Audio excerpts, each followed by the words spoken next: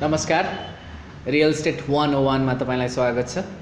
आज हामी घर जग्गा व्यवसायसँग सम्बन्धित रहेर के कानुन तथा के प्रक्रियाहरू नेपाल सरकारले तर्जुमा गर्नुपर्छ, राज्यले कस्तो खालको चाहिँ व्यवस्था प्रणाली अपनायो भने चाहिँ घर जग्गा व्यवसायलाई चाहिँ नियमन गर्न सक्छ भन्ने हिसाबमा केही सल्लाह सुझाव दिन चाहन्छु सरकारलाई।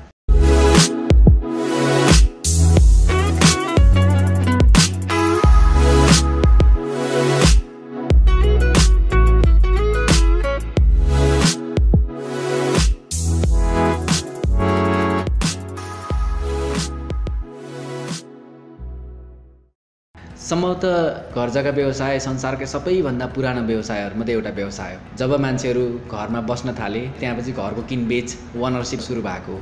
नेपालमा पनि जबदेखि व्यवस्थित तरिकाले मान्छेहरूको बस्ती बस्न थाल्यो हैन, सहर बस्न थाल्यो त्यसपछि घर जग्गा व्यवसाय सुरु भएको। अहिले पनि अधिकांश नेपालीको सबैभन्दा ठुलो सम्पत्ति नै कति घर र जग्गा उहाँहरूको नाममा छ, त्यही नै हो। घर जग्गा व्यवसाय सबैभन्दा ठुलो व्यवसायहरूमध्ये एउटा व्यवसाय हुँदाहुँदै पनि व्यवस्थित तरिकाले चल्न नसकेको जस्तो स्थिति देखिन्छ। यो स्थितिलाई अझ सुधार गर्नको लागि चाहिँ नेपाल सरकारले घर जग्गा व्यवसाय ऐन नै ल्याएर नियमन गर्यो भने एकदमै राम्रो हुन्थ्यो जस्तो लाग्छ। जसरी चाहिँ धितोपत्र बजार ऐनमा छ, जसरी चाहिँ ब्याङ्किङको बजार ऐनमा छ, जसरी बिमाको बजार ऐनमा छ, त्यसैगरी नागरिकहरूलाई अत्यन्तै आवश्यक सर्भिसेसहरूमध्ये चाहिँ घर जग्गा व्यवसाय पनि पर्दछ। अब अहिलेसम्म थुप्रै समस्या देखिरहेको छ घर जग्गा व्यवसायमा हैन। ज पछि झ आउँछ भनेर भनिएकै छ। हाम्रो देशमा मात्रै नभएर अरू थुप्रै देशहरूमा पनि यस्तै छ। तर पर्टिकुलरली हाम्रो जस्तो ठाउँमा चाहिँ जग्गा पछि झगडा आउने धेरै सम्भावना छ। त्यो ज पछि झ आउने जुन एक किसिमको ट्रेडिसनल माइन्डसेट छ, त्यो माइन्डसेटलाई चेन्ज गर्नको लागि चाहिँ सबैभन्दा इम्पोर्टेन्ट कुरा चाहिँ घर जग्गा व्यवसायलाई कानुन र नियमनको दायरामा ल्याउन जरुरी नै छ। सरकारले घर जग्गा व्यवसायलाई पनि नियम गर्यो भने के फाइदा हुन्छ भने भन्दाखेरि ब्रोकर कम्पनीहरू चाहिँ रजिस्टर्ड ब्रोकर कम्पनी हुनुपर्छ, लाइसेन्स प्राप्त ब्रोकर कम्पनीहरू हुनुपर्छ।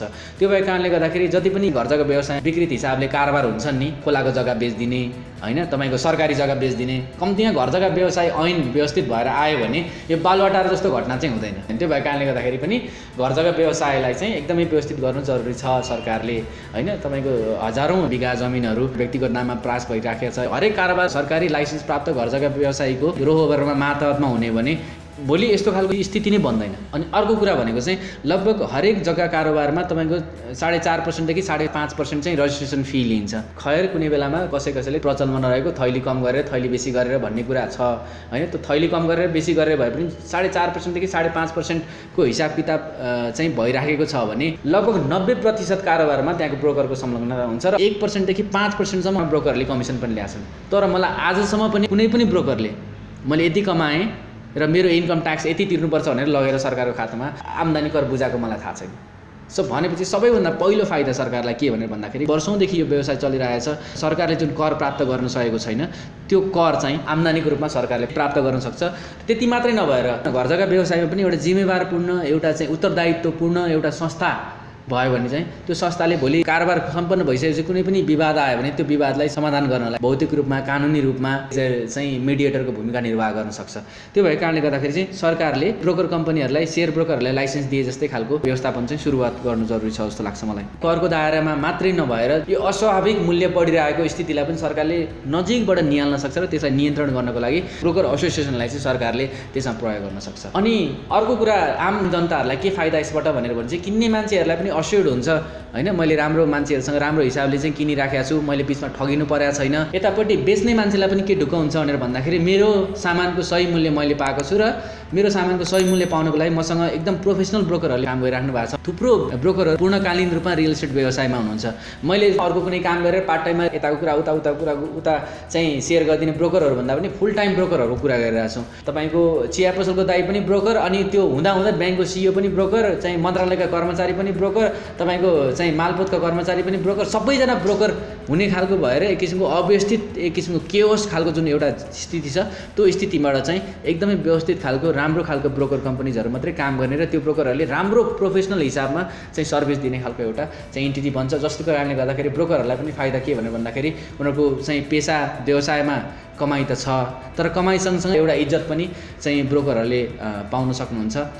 त्यो भएको कारणले गर्दाखेरि घर जग्गा व्यवसायको एउटा नयाँ उद्योगको रूपमा एउटा स्थापित हुन सक्छ र यो उद्योगले चाहिँ सबै जति पनि स्टेक होल्डरहरू छन् किन्ने मान्छेहरू पनि बेच्ने मान्छेहरू पनि सरकार पनि त्यसपछि व्यवसायहरू आफैलाई पनि एकदमै महत्त्वपूर्ण राम्रो हिसाबले फाइदा दिन सक्छ। त्यसको लागि चाहिँ सरकारले इन्डियामा कस्तो खालको प्र्याक्टिस छ, अमेरिकामा कस्तो खालको प्र्याक्टिस छ, चाहिँ चाइनामा कस्तो खालको प्र्याक्टिस छ र यहाँ कस्तो खालको प्र्याक्टिस गर्यो भने चाहिँ घर जग्गा व्यवसाय चाहिँ इफेक्टिभ हिसाबले नियमन गर्न सकिन्छ भनेर एउटा विज्ञहरूको टोली बनायो भने त्यो टोलीले चाहिँ सल्लाह सुझाव दिन्छ। त्यो सल्लाह सुझाव अनुसार अगाडि बढे हुन्छ। It's high time that real estate industry should be regulated in Nepal and it is a must। पुँजी बजारको जुन व्यवस्था छ, क्यापिटलिस्टिक जुन स्ट्रक्चर छ हाम्रो इकोनोमीको, त्यो इकोनोमिक स्ट्रक्चरमा चाहिँ रियल इस्टेट एजेन्सीजहरूको पनि रेगुलेसन हुन चाहिँ एकदमै जरुरी छ। यो भयो भने अर्थतन्त्रलाई नै यसले एकदमै राम्रो फाइदा दिन सक्छ। कृपया यो भिडियो जसले हेरिराख्नु भएको छ सम्बन्धित स्टेक होल्डरहरूमा यो मेसेज तपाईहरुले पुर्याइदिनु भयो भने धेरै फाइदा हुन्थ्यो। After all a good real estate agent is good for a market and the good real estate market is good for very healthy and very good real estate industry, and a very good real estate industry is good for a very good national economy. So it's responsibility of all of us। यो हामी सबैको उत्तरदायित्व चाहिँ हुन आउँछ। Thank you.